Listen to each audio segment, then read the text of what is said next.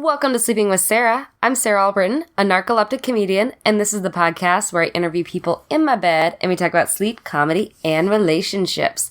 This is my 82nd episode, and it's with Aasia Lashay Bullock, who is a comedy rapper and writer, and I had a blast with her in bed with me. You got to check out some of her music. You can find it on iTunes, on Spotify, Google Play. She's got a great song, No Babies, Booty Safari. She's got some awesome music, so please check that out. You can see Aasia live on October 17th at 7:30 p.m. at the Skiptown Playhouse in Los Angeles. She's opening for Jill Chrissy. You can also follow her on Instagram and Twitter. Her Instagram and Twitter name is Euthanasia. So that's EUTHANAASIA. And you can also go to her website, Aasia Lashay. That's AASIALASHAY.com. Please follow her. We had so much fun in our conversation. We talked about babies and maybe not wanting them or appreciating them for what they are, but maybe not needing them in our lives. We talked about dogs. We talked about starting beef with other comedy rappers like Lil Dicky. We talked about how she got into the rap game and writing, musical theater. We talked a little bit about everything, and we had a blast doing it. I hope you enjoyed this conversation as much as I did. Sleeping with Sarah is brought to you by Audible.com. You can go to audibletrial.com/sleepingwithsarah to get a free audio book of your choice. This week, I'd like to recommend Tiffany Haddish's The Last Black Unicorn. Again, that's audibletrial.com/sleepingwithsarah. If you want to check me out, I've got lots of shows coming up in September, so check out my website, sarahalbritton.com. The next upcoming one is The Last Stand show on Sunday the 2nd at Bar Lubitsch in LA. And if you like the podcast, please rate and review, like it on iTunes, Spotify, share it, all that kind of jazz. I really appreciate it. And follow me on Instagram and Twitter at Sarah Albritton. Well, let's get started with the show. Sleeping with Sarah. Hey, welcome to Sleeping with Sarah. I'm Sarah Albritton. I'm here with my guest, Aasia Lashay Bullock. Hi. Hi. How'd you sleep last night, Aasia? I slept pretty well. Yeah? Yeah, I slept real good. Any particular reason for that? Just chilling? I went to the dispensary a couple of days ago and got a 1,000 milligram brownie. A 1,000 milligram? 1,000 because I hadn't seen one that much before, and I was like, well, gotta get it because I like to challenge myself. So yeah, I took like a couple of tiny little bites of that last night, and I was very... Whoa, wait, so 1,000 milligrams? See, that's the thing. Like, if you put it in a small thing, you want to eat the whole brownie. And then... It's real strong, though. Like, you can taste how strong it is. So I was like, yeah, it's not something that I would want to overdo. I could see that probably making me very sick. Yeah. But yeah, it's real great. It's real deep and thorough. That's nice. That's nice. I love being here where it's legal and everything. It's very convenient. It's super convenient. Yeah. Well, now you gotta try all the different kinds. It's like... Oh, I have been. Yeah, no, that's... Yeah. I do that a lot. Well, it's just like... But in Chicago, it's just like you get what you get. Right, yeah. Yeah. Like, I feel like I had a... Yeah. It was really hit or miss. Yeah, I getcha. Do you usually have trouble sleeping, or are you an easy sleeper? I wouldn't say I usually have trouble sleeping. I toss and turn a lot. I like space. I don't like other people in the bed with me. All right. I like sleeping by myself. So no matter who it is, you're like, all right, you gotta go. I mean, it's fine, but I like to be starfish style, like spread out on my face, like. So and that's kind of hard to do with somebody else there unless you have like a very large bed. Yeah. So yeah, I'm a real comfortable sleeper. Yeah. It's all your space. I gotta get in there, yeah. I gotta get real in there. That's cool. I think I'm always curious about artists and their sleeping habits, because I feel like a lot of creative people have issues sleeping or have weird dreams or stuff like that. Yeah, I feel like I've always been I've always valued sleep. Mm-hmm. I really like sleeping. I'm really, really into it. So yeah, I'm not like one of those people who just like out all night and, wakes up early in the morning. Like, I like being at the crib. I'm a homebody. So, like, sometimes I'll be out. But for the most part, I'm ready to get in bed, like, always. I'm always ready for bed. Yeah, that's nice. Always comfortable. Always being like, all right, yeah, I could sleep now. Yeah, I like leisure. Yeah. So. That's good. So you just kind of relocated here to LA. Yeah, I'm transitioning to LA life. Yeah? How's that going? It's cute. I really like the sunshine. That's cool. It's quite a bit different. It's different. There are a lot of things I miss about Chicago, but the weather is not one of them. Even though, like, I guess it's nicer in Chicago now, but for them, I know it won't last long. I know it's gonna hail sometime next week or something ridiculous like that. So it's like I can't rely on Chicago weather like I can rely on LA weather. So that's definitely nice. It's expensive. Yeah. The shows are different out here. Yeah. So the scene, what's the rap scene like here versus Chicago? I don't know yet. I haven't even ventured into it because I'm mostly a comedian, so that's where most of my friends are. Mm-hmm. So I've gone to a lot of comedy shows, which are very different. But the comedy scene is very different. Yeah, I haven't explored the music scene. Like, it's on my to-do list, definitely. But I'm kind of all over the place, so it's hard. Yeah, I getcha. What came first? Like, you hanging out in the comedy scene, and are you doing rapping first? Probably comedy. Okay. Yeah. I was a comedian first. I was a dancer first. Oh, a dancer. Like, what kind of dance? Like tap jazz, ballet. Musical theater, all that kind of stuff. Yeah, so that was the progression, I think. It was like dance. And then from there, I kind of like went into theater and musical theater and stuff. And then once I graduated high school, it was kind of like, okay, well, I want to write my own, like what I like about musical theater is the comedy and like the performance. So like I want to write my own like comedic performances and stuff. And so that was mostly what I did after I graduated college. And then it kind of transitioned into rap out of a need to gig. Okay, gotcha. I needed to like do something by myself that like I could perform. And I did stand up for a little bit. I didn't really like it as much because I'm extra. So the idea of just like getting on stage and talking is like not extra enough for me. So I was like, well, what else do I really enjoy doing? And I've always liked writing silly songs, and it was something I did like in my spare time, but I just kind of started taking it a little bit more seriously. Not even that much more seriously. Like, it's still a big joke. But, I just kind of had a lot of free time because I didn't have a job. So I just thought, this is something that I would like to do for money. Yeah. I'm going to write a bunch of silly songs and see if people will give me money to do them. So that's awesome. That's how I became a rapper. That's great. So yeah, I'm barely a rapper, but I'm trying to get more street cred or whatever. Well, you look at someone like Lil Dicky, he's... Yeah, I'm more of a rapper than him. Yeah. First of all, I'm also trying to start a rap beef with all the other comedy rappers because they're mostly white dudes, and I am not intimidated at all by white dude rappers. So, like, Lil Dicky, Lonely Island, Weird Al Yankovic, y'all all can get this work. Y'all meet me somewhere in LA and, like, let's get this rap battle off because that's how you do it in real rap. And so since I'm doing comedy rap, I gotta, like, diss the stars, I guess. Yeah. So, wait, fuck 'em. so what, are you like gonna tweet battle? Like, are you gonna like? I've been tweeting them. I don't have that many followers. I don't think people really care. It's really a one-sided beef at this point. But I'm hoping the more I talk about it, I'll get their attention and they'll just like.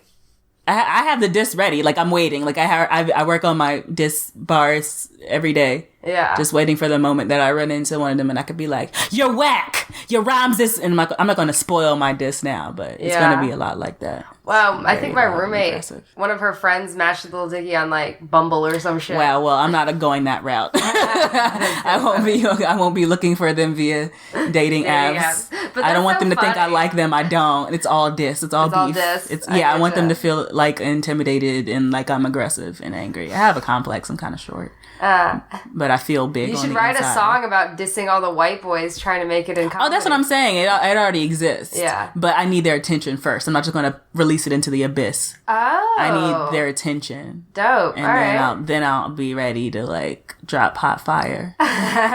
I dig it. Yeah, I gotta build some buzz first. So So- tell your friends that fuck Lonely Island, fuck Weird Al, fuck Lil Dicky. Y'all can suck my dick, and say it just like that. 'Cause I take the rapper persona very seriously. Like maybe content wise, I don't take it seriously, but like as far as personality, I am very much so a rapper. Like my ego's in the right place. And can you battle? Like, have you battled?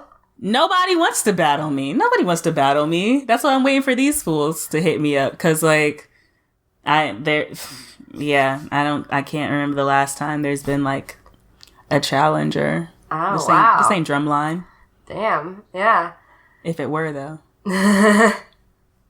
I'd be ready. So, when you write a song, like, what, do you think of the theme first? Or like we were talking about no babies, you know, like, were you just like frustrated? You're like, stop fucking asking me about when I'm gonna have a baby, and then you just wrote a song about it, or was it just? Yeah, that's exactly what happened. Yeah, yeah. I usually, because I'm a comedian, so it usually comes out of a subject that I want to talk about.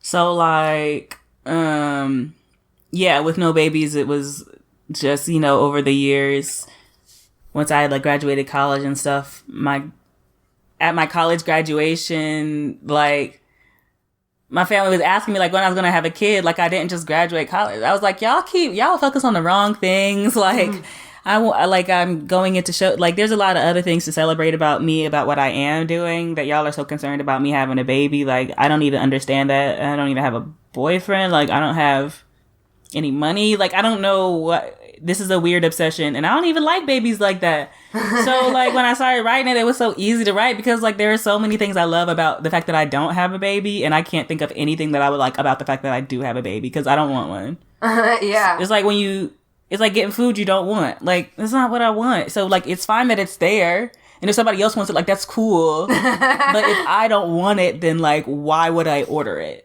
Yeah. It seems like a waste of money, just like babies. So yeah, it does. And the thing I've noticed is a lot more of my friends now are like definitely not having, like 3 of my closest friends are definitely not having kids.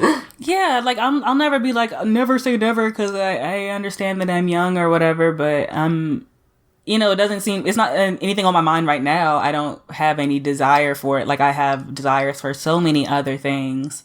Yeah. So I wrote a catchy little song about it, and it resonated with a lot of people because I think a lot of people are kind of in that same space. No, I love that. So yeah, I love when you talk about all the different types of birth, all the different, birth control's dope. Yeah, like it's awesome. Like I don't know, it's just yeah, babies are scary. Like I'm scared of them. they're weird. I don't get it. Like I only have like one close friend that has babies. She actually has 2, and I realized I texted her recently, like asking how the girls were, and it's the first time I texted somebody and wasn't referring to like the boobs, you know? Right. And I was like, this feels wrong. I feel old. It's like, how are the girls? And I'm like, I'm not talking about your boobs. I'm not talking about your actual children. Yeah, I think babies, like, as an idea are hilarious, but like in reality, like they're weird. Like I don't really want to, like I would never want to be responsible for a baby, but like I really like bits that involve babies because they're funny. Comedy, yeah. Like I've been watching that Boss Baby TV show that's on Netflix. It's so funny. It's so funny to me. I laugh out loud at that show because I don't know, just babies doing adult things is always gonna be funny to me, and it's always funny when I like can talk to a baby like it's an adult because it's a baby, and I'll be like, "Hey, baby, what's going on?" Like, that kind of stuff is always funny to me, but in real life, like, you can't treat babies like they're adults because they're babies. And that's the part I don't like. See, I would like a baby, but, like, can't it just, like, come out and be, like, 4?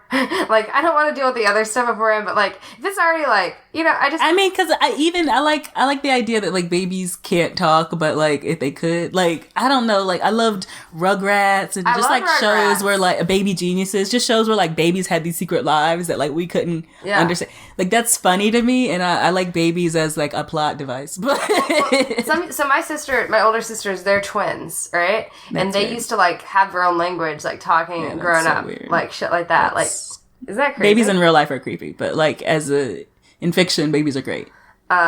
Yeah. The fictional babies. Yeah, I don't know. It's like baby characters on shows. Like I love that because they be like doing adult stuff. Yeah. But they're like babies. In real life, they don't do. Yeah, in real life, they're kind of boring. In real life, babies are kind of boring. Yeah, they're just like growing and stuff, so it's like whatever. Yeah. But they're not going on adventures. They cry, they shit, they eat, they... Yeah, I'm not a fan. It. Yeah. There's no... they're not exciting like Rugrats. Yeah. Rugrats is a great show. It is. I loved that growing up. That was a great show. It's a really good show. They'd be old now. I think Rugrats is like 20 years not old. interested in the adult versions. I just like the little lumpy head babies. I like that. They're just like so ugly. I like that because babies are ugly. They are. Yeah. And I hate it when everyone's like, "Oh, your baby's so cute." And I was like, "It looks mushy. Looks like a little old man. Like it's not that cute." Face. Why is like lumpy and mushy? I don't need it. I don't need it. Nah, that's good. But yeah, I think the first time I saw you was on a variety show in Chicago. I think it was at was it Laugh Factory? You did the booty safari. That sounds like something I would do. Yeah. Yeah. Yeah, booty safari is fun. I did the Fly Honey show last year. I love Fly Honey. Yeah, me too. I can't believe they only do one show a year, like one run a year. It's like it's such a great show. Well, if you have millions of dollars, you should give it to Fly Honey so it could be a year-round show. I know that's the only reason why it's not like always, because the little time that it is up, it's always sold out because it's just an incredible show. What they put together is amazing, and yeah, everybody go see Fly Honeys. It's like in August. It's like the month of August. Yeah, it was at the Den Theater. At the Den. The Inconvenience. It's a fantastic show. Shout out to all my Fly Honeys. Have you ever danced with them, or? I did. I was a featured artist last year. And I took a dance. Dress up and dance and.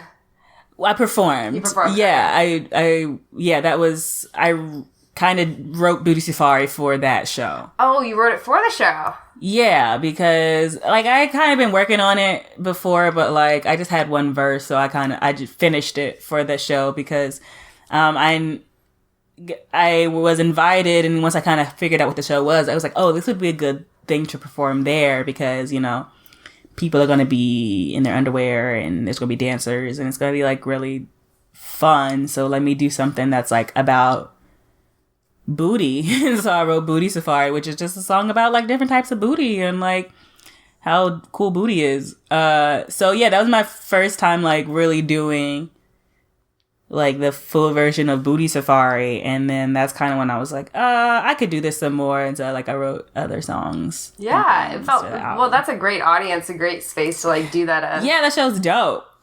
It's definitely dope. Huge fan. Yeah. So what about you? Music influences, like other than the people you got beef with, who do you like? Yeah, fuck them. I really like. Have you heard any of the news? This summer has been like big for music. Yeah, no, I listen to a lot of music. I love music. I listen to a lot of different types of music. So when it comes to influences for like this particular project, like Unemployed, I would say it's hard. Like I'm a sponge. Like I love a lot of different things, and so like I just take little pieces of everything and just kind of like absorb it and then regurgitate it out. So it's kind of hard to like pick and choose like who influenced what. Like if I could go song by song, like verse by verse, I could be like, oh, I drew this from that. I could I could do it if I, in that much of a detail, but I'm influenced by a lot of rappers. I would say the vibe of this album is definitely like more so fun. Mm-hmm. And I would say that really draws from like Ludacris, Missy Elliott, like Soulja Boy, like Riff Raff, just like rappers who are kind of silly, but make music that like that you want to listen to. Yeah, that you move to like for dancing. Like I'm a dancer at the end of the day, so I'm gonna write music that like makes me move. So yeah, I think that's like I have a lot of influences for this album, but I think tonally, those are the rappers that like make fun music. Yeah. That I admire the most. That's awesome. Yeah. That's very fun. I like silly music like that. I like artists that don't take themselves so seriously that they can't like. Yeah, like, I love music and I love artists that do take themselves seriously. I just know I'm not one of them. Yeah. Like, everything's a joke. Everything's a joke to me. I believe in, like, a high level of, like, a skill level, but also a joke. Like, I don't want to make bad music with good jokes. Like, I want to make really good music with... Good jokes. That's a good... Yeah, really good joke music, but it's a joke. Gotcha. Did you ever go through, like, any of the, like, Second City music programs or anything like that? Or was it just... Yeah. Mm-hmm. Yeah. Yeah, I did all that stuff. Yeah, I was part of a, not at Second City, but I was part of an improv musical thing, and that was hard. Like, doing improv music was just very hard. Yeah, I feel like that's just one of those things that I've always been inclined towards, like just making up silly songs or something I've done since I was little. And I didn't really realize it was a thing until I saw, like, Wayne Brady on Whose Line Is It Anyway? And I was like... I'm in love with him. I want to marry him. Like, I saw him live in college. He's the best. And when I saw Hamilton, he was in Hamilton, and then he did this thing afterwards. And the thing is, I bought the tickets like 8 months in advance. Like, wow, that's beautiful. And then he didn't even announce that it was just a luck thing. And then, gosh. And then he did this thing at the end where he was raising money for an arts organization that helps. I think he gives money to people in the arts and like AIDS and that sort of thing. Mm-hmm. So he did one of his improv song rap things, and people that wanted to give a word could like donate money, and so like within 10 minutes he raised $1,500 for this organization by just doing this improvised. I mean, he's really good at it. Yeah, he's the best. He's the best. But I've heard like no one can do it at the level he does it. I wouldn't be shocked. Like, well, here's the thing. I feel like, I don't know if that's true. Mm-hmm. I feel like maybe there are people who can do it and they just don't have the type of access.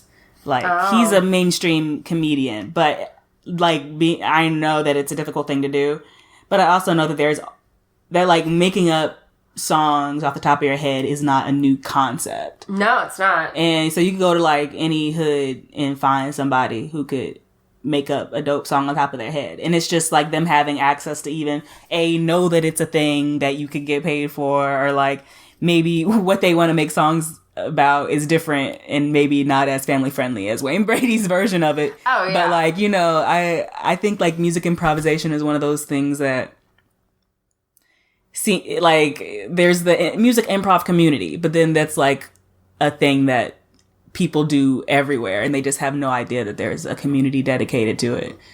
Because improv in general, like, is such a like class-based like environment to break into. You know, you got to have some disposable income to be like, I'm gonna take an improv class, because like most people do not have the idea that like I'm going to go pay money to learn how to make up things off the top of my head. Yeah, that doesn't seem practical to us. Yeah, it's not practical. Like, it's not a great, like, you know, I mean, it's cool. Like, it's a thing that you should do if you have fun doing it. Like, if you have some extra money, like, if it makes you happy and you have the money, right? But are you going to, like, you know, get return on your investment? That's kind of, you know. Yeah, not always something. Improv, is it an investment that you're going to get return on that's other than like emotional fulfillment? Yeah, you can't really bet on it. So I think there's just like a lot of people who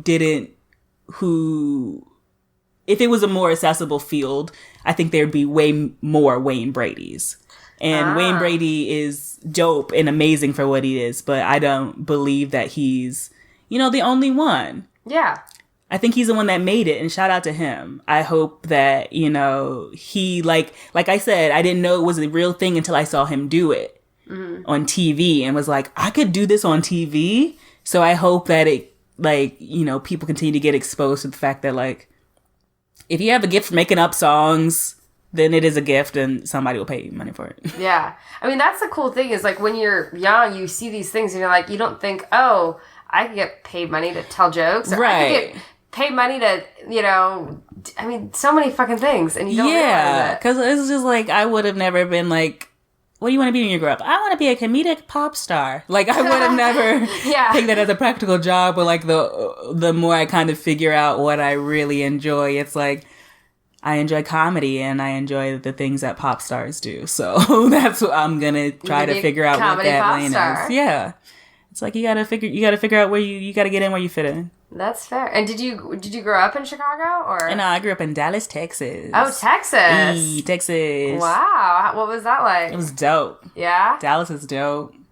I went to Dope Arts High School where I learned like a lot of dope art. That's where you did the dance? That's where I did a lot of things. That's where I kind of like learned how to do a bunch of things at once. Did you have to audition into this art school? Yeah, it was like fame. Yeah. Yeah. Yeah, everybody was just like super talented. Everyone was just like really talented and really a hard worker. So it was a great environment to be in. It was like super just diverse, lots of different people from all different parts of, that area.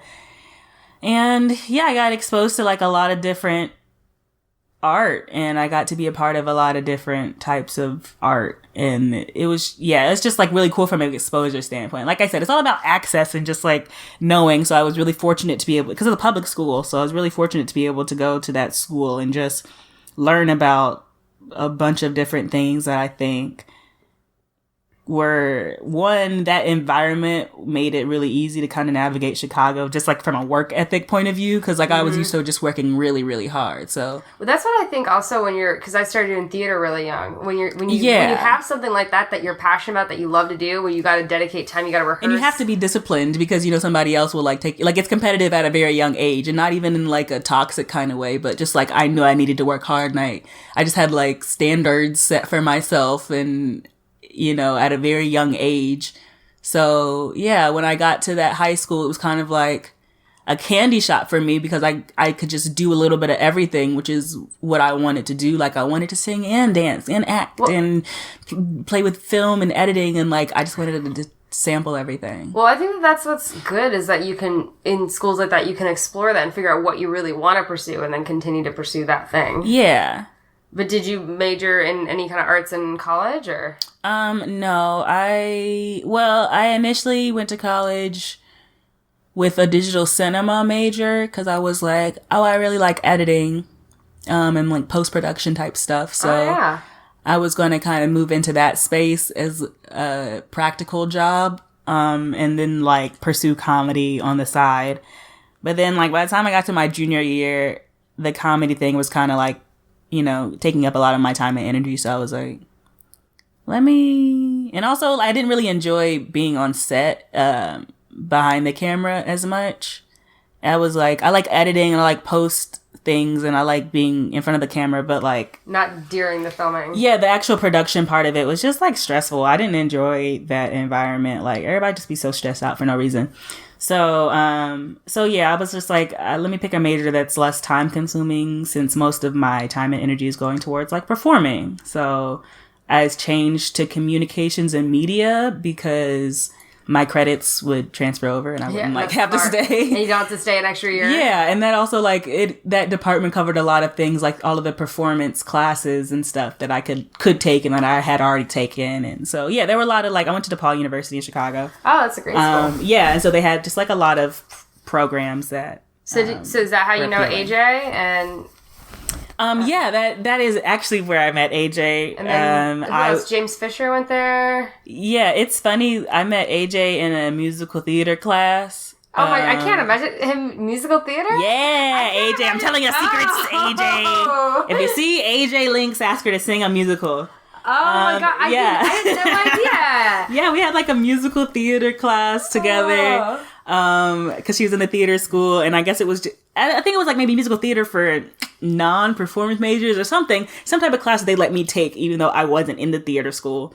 And yeah, she was in that. So that's when I first met her. And then, after she was a few years older than me, I think. So after she graduated, and she started working at PR casting, and I started running into her there, and it was just nice. It's always nice to see like your friends that you come up with and like go to school with, following their dreams and stuff. Yeah. And I forget where I met James Fisher. I think maybe just like some extracurricular type school stuff. Like I think he was in like a dance team, like a dance crew or something that was at DePaul. So I just kind of seen them around, because I was dancing as well at that time. I think that's where I met him. Singing and dancing too. Yeah, he be dancing. So yeah, I think I actually met him through like dance community first. Gotcha. Well, the nice thing about DePaul is you're already in the city going to school, so you got, in addition that's to why school, I picked it. To be 100%, that's exactly why I picked it. Because you're also all the exposure for everything else. It was just location. Yeah. I didn't care about school as much. I mean, I was good at school, but like I was moving to Chicago to become a comedy star. So that's why I moved there. So it was like, which of these Chicago schools am I about to go to? And it was like, okay, DePaul, gave me some decent financial aid, and I like the location. They have a massage parlor. I went on the tour. I was like, they have massage parlor? Yeah, they have massages. I remember when I went on the student tour, they would say massages. I was like, sold.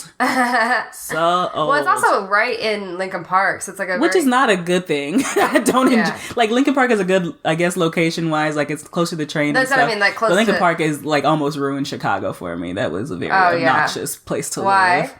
Just like the people. Oh, yeah. It's, like, real annoying. Like, people, it was just an annoying neighborhood. I only lived there for 1 year, and then I moved to the downtown campus. Because I was like, being in the Loop makes more sense. Lincoln Park is just, like, a certain type of people that I don't really, I don't want to fraternize. I believe in segregation.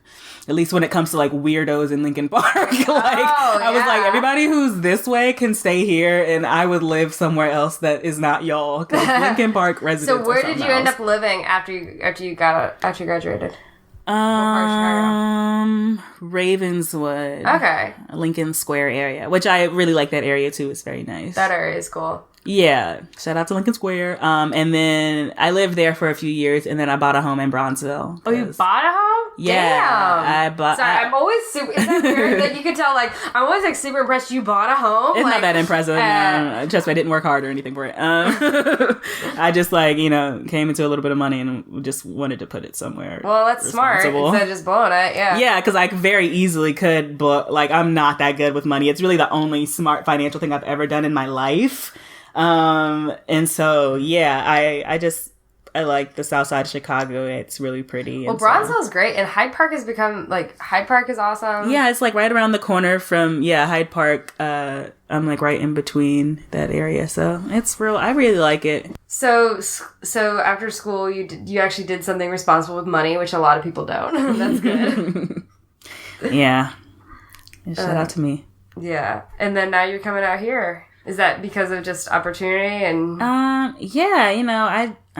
needed a change of scenery. I love Chicago, but yeah, I just wanted to work more in television, and there's more television out here. Yeah, do you write as well? Do you write for TV? Or? I write. I have like a development deal I'm working on with Dwayne Perkins, my writing partner. Hey, boo. Yeah, because you guys had a pilot that won like NYTV Fest or something. Yeah, we did New York Television Festival last year. So 2017. And we won a development deal there. So we're working on that, even though like he's across the country in New York. So is he living in... Because I know he was bouncing around, too. Yeah, he's in New York. He was writing for Michelle Wolf's show. Oh, really? Or currently is writing for Michelle Wolf's show on Netflix. Yeah, so that's in New York. I knew he was writing for something on Netflix. I just didn't know what. Yeah, Michelle Wolf's show. So look out for him on there. He's making little cameos. Well, yeah, he's getting videos out. He's doing pretty well. I think. He's great. That's my best friend. He's so fun. I don't know. I just remember seeing him on stage. I was like, he knew exactly who he was on stage, and just having fun with it. I mean, yeah, he has a good time. Yeah. But yeah, so we're separated, but we're still working on our show together, and just trying to. Is it hard writing across the country together? Do you use it is tricky. Write or duet or anything like that? We be in the Google Docs. Love a good Google Doc. So yeah, that's mostly just like phone calls and just kind of working through there. And then while I'm out here, I'm just trying to navigate this TV space and going on meetings. Meetings and all the TV world. The TV network and schmoozing, you dig. There's so much more schmoozing that you have to do here, right? Yeah, it's a job. I wish it paid. I guess it pays eventually, right? You schmooze enough and then... That's what they say. Yeah, that's what they tell you. Allegedly. Yeah. But no, it's been great. That's why I'm kind of like, all right, well, let me just make more make more permanent decisions and like be here for a while so I can plan ahead and, you know, do more shows and, you know, establish. What does your tattoo say? It says Rockmaster Sean. Oh. Yeah, it's my mom's rap name. Your mom was a rapper? Not a real rapper, but, you know, when she was in middle school, she used to pretend to be a rapper. Yeah, and she shared that with you as a kid. Yeah, there's, like, video recordings of it and stuff. They just, like, her and her friends used to just, like, you know. Oh, for real? So this is like a family thing, so it's not even... Yeah, you know, like, you know, kids... It's always fun to, like, you know, pretend to be a singer and rapper and stuff. Like, when you're 13 and 14, like, into singing into hairbrushes.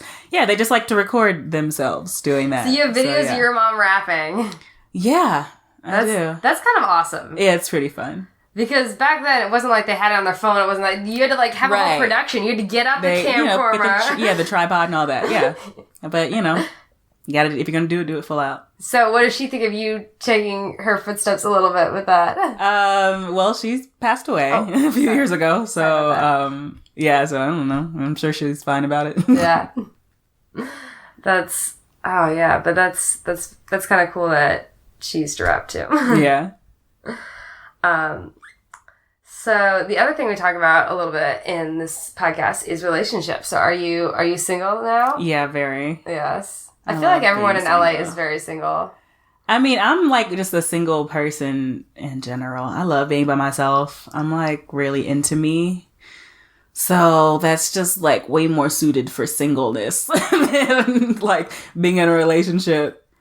Well, that's good though. At least you know that. Like, I feel kind of the same way. It's like I'm about what I want to do right now, and I don't have time to worry about other people. Like, it sounds really selfish when you say it out loud. Yeah, but like, I don't think you're taking care of you. I'm an only child, so I'm just like it's just like how I'm built, and you know, I just am a very independent person, and so I do well with friendships. Like, I love friendships. I have a lot of friends, and like that's my lane right now. So. And honestly, that feels like enough. Like, trying to be a star is a lot of energy. So it's like, if you want to be a star and have, like, good friendships, there's, like, a lot of energy as well. And you want me to add a relationship? Like, I can't really see it anymore. It's like you gotta do and energy's finite, you know? And it's also your friendships you want to keep because they're the friends you know are actually there before you become, you know. And friendship takes work. Like, I wanna put effort towards it. Like, it's like something I care about because it is something I care about. And I just like don't care about romance as much as I care about other things. Like, on the priority list, it probably goes like myself, and then like my friends, and then like my dog, and then like maybe like a few pages down, it'll be like a man's feelings.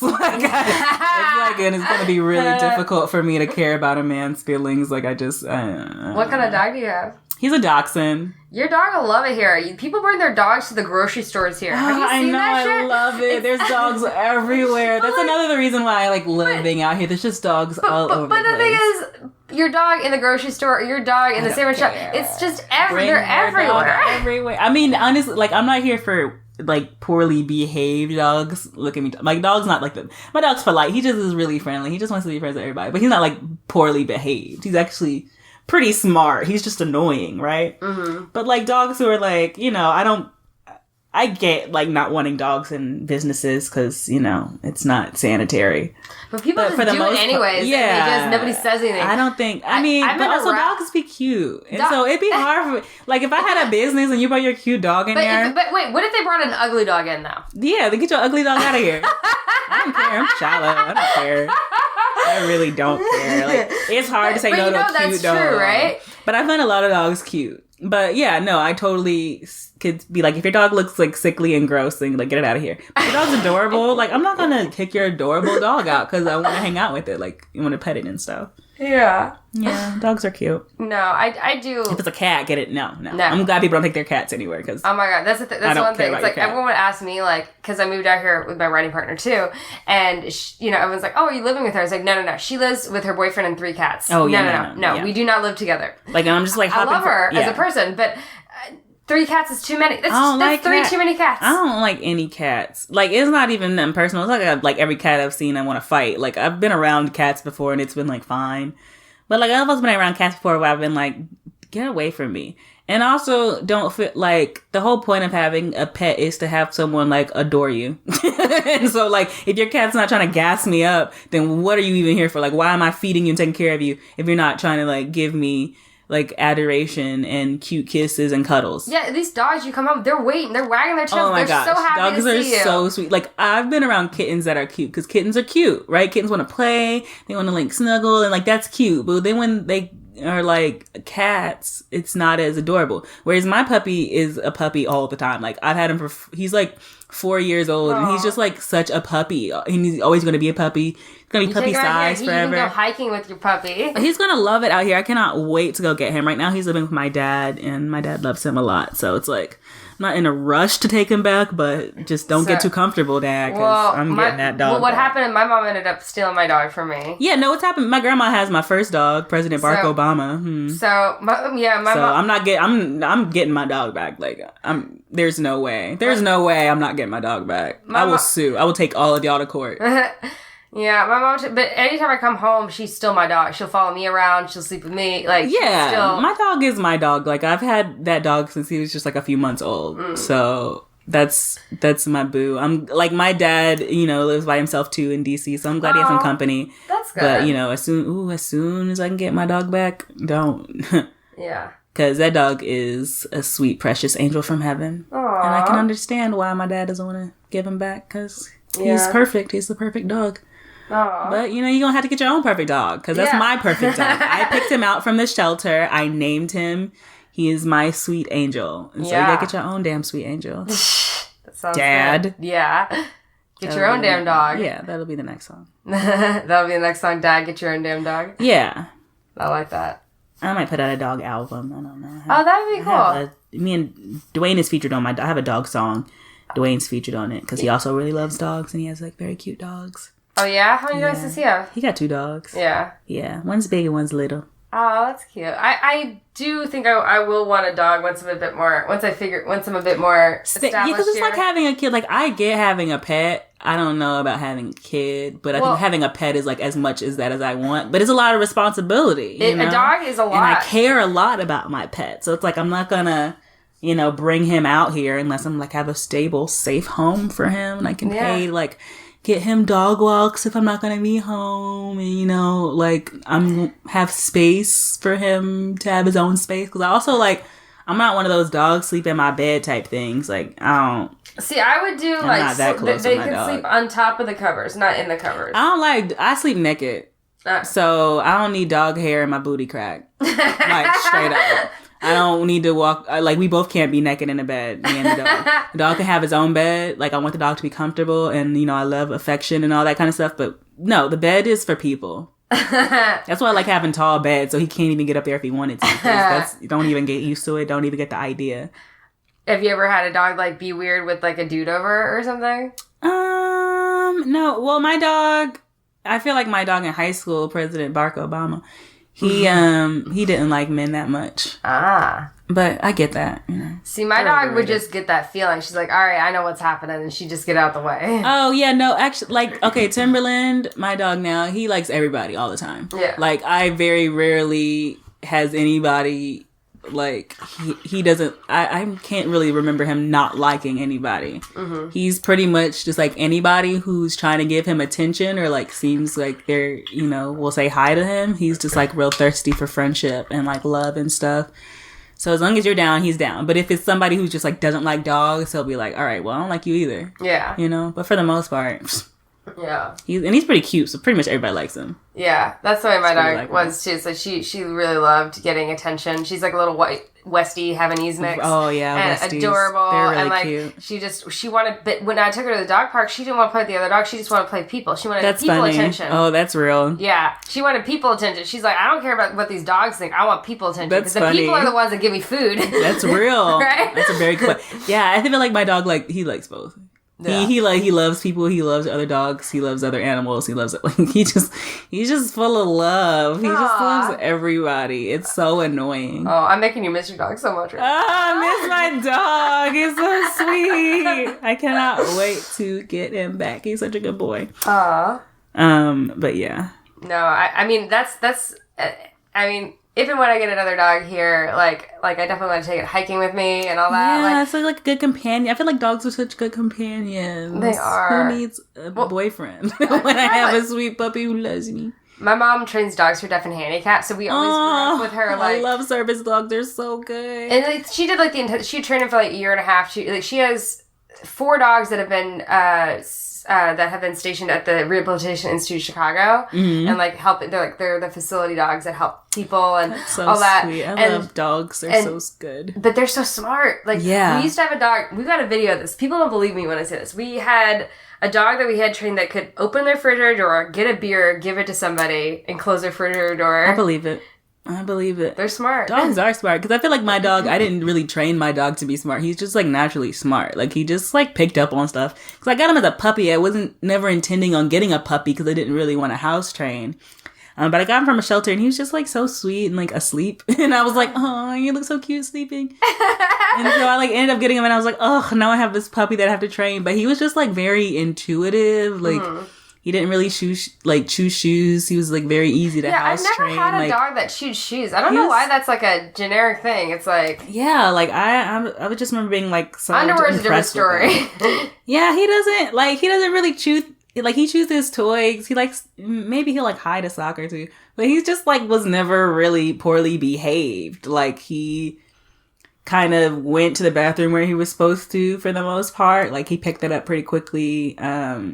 Aside from like maybe being over affectionate, like he just didn't cause a lot of problems. He was just like in people's face a lot. See, Happy was good, but she was a rescue as well, but like older, like 2-year-old rescue. Yeah. So she had, she was protective of me. So yeah, she would fair. Bark a bit. You know, like when anyone come to the apartment, if I was there, she'd bark at the door and like let everyone know. But then if I wasn't home, my roommates were just there, she wouldn't bark. She's like, I don't care. I'm not coming here, kill him. I'm not protecting you. Yeah, come stab him up. I don't care. But she not was my problem. very protective of me overall. I mean, loyalty. Which is kind of sweet, but yeah. But yeah. I don't think my dog cares. I think he just like if you'll pay attention to me, that's fine. That's his loyalty is like whoever is hanging out. Like pretty like if you feed me, like that's the thing. Like dogs will be loyal to you if you feed them. Yeah, even if you just like make eye contact with him. My dog is like very easy. Like he's very easily entertained. And they're so expressive too. What I love, he loves making eye contact. He will like hold eye contact forever. He like loves eye contact. Like, you're such a weirdo. He's just like, oh, but look at me, please. What I love it is how dogs are so expressive. Like they could be like, what the, they got like a what the fuck look. Right, yeah. And they're like, just like, yeah, my dog is so goofy. Yeah, dogs are great. Dogs are great. Get a dog. Rescue dogs. I want more dog friends. And just be like, I'm out here just like hanging out with like my friends' dogs. Like, hey, what are you guys doing? Okay, cool. Is your dog at the house though? Yeah. I was just gonna pop by and like say hang out with your dog and just like hang out with him for a little bit, give him some pets, if he's not busy. But I do seriously do that. That's funny. Can I have a date with your dog? Hey man, people have cute dogs, They and so I'd be hanging out with them. Like, matter of fact. I'm like, it's a dog in this neighborhood I should go hang out with. See what they doing. Well, as the podcast is winding down, I always ask people, because we talk, we didn't really talk about dreams this one, but I usually ask people what your dreams are for your future. Dreams, hopes, goals. World domination. World domination. Really. Yeah, no, I definitely want to take over the world. Mm-hmm. Yeah. Yeah, that's it. And it seems, it seems pretty realistic. I feel like I could probably take over the world. Yeah. I've watched enough cartoons. Yeah. I know how it works. Exactly. So yeah, world domination. Get ready. Get ready, everybody. I'm a totally cool world dominator though. Like I'm not. You'd be chill. Yeah, no, I'm totally not. Like I don't need you all to like dress the same and talk to me or something. Like I'll be totally chill. I'll be like the cool RA, Yeah. Who's just like here to make sure things don't catch on fire and everybody dies. Like you can smoke weed. But if I smell a little bit of pot, I'm not gonna like go crazy. I'm not gonna call campus security on you. It's not that serious, guys. I'll pretty much let you live your lives, but I will be in charge. Yeah. What would you do? What would be the first rule of business? Like everybody just like has to be like chill. Like everybody just like chill out. Second rule, everybody has to believe in themselves, you know? Because like I feel like that's I love that. Like people going around not believing in themselves is a cause of most of my problems. Like just people in their insecurities. Like don't be insecure. Fucking love yourself. Be a narcissist like me. If you're obsessed with yourself, I think it's just like way healthier than like doubting yourself, because you take that out on other people. Like insecure people project and they take that out on everybody else. But when you're just like obsessed with yourself, you're going around minding your own damn business and making and like, you know, caring about yourself and judging yourself and making yourself better. So, you know, only care about yourself. Stop worrying about what everybody else is doing or comparing yourself to other people. Compare yourself to another version of yourself. Exactly. I totally agree with that. Like, instead of, like, for comedy especially, I've seen, like, don't compare yourself to where, you know, somebody else is. Compare yourself to, hey, where was I this time last year? Am I better than where I was last year? Yes. Am I, you know, like, am I doing more things? Yes. Because hopefully, I don't know, I'm like a real artsy fart, but, like, I'm just trying to do things that have not been done before because I don't feel really drawn to do the same thing as someone else. So it's like, if you're just trying to replicate somebody else's career, I mean, it might work, it might not, but at the end of the day, does the world need it? No, because it already exists. Like, somebody already did it. So, like, I don't know, just try to do something new and don't compare yourself to other people because, like, you're doing something new. That's the reason why you're doing it, hopefully. Yeah. Hopefully. Exactly. Yeah. No, I love that. That's probably one of the best answers. Just trying to drop knowledge on y'all. Just trying to keep y'all woke. Like, just trying to make sure y'all wise. I love it. Well, thank you so much for doing the podcast. My pleasure. And we always end by saying good night. So good night, everybody. Good night. Thanks for listening to Sleeping with Sarah, where I slept with Aasia Lashay Bullock.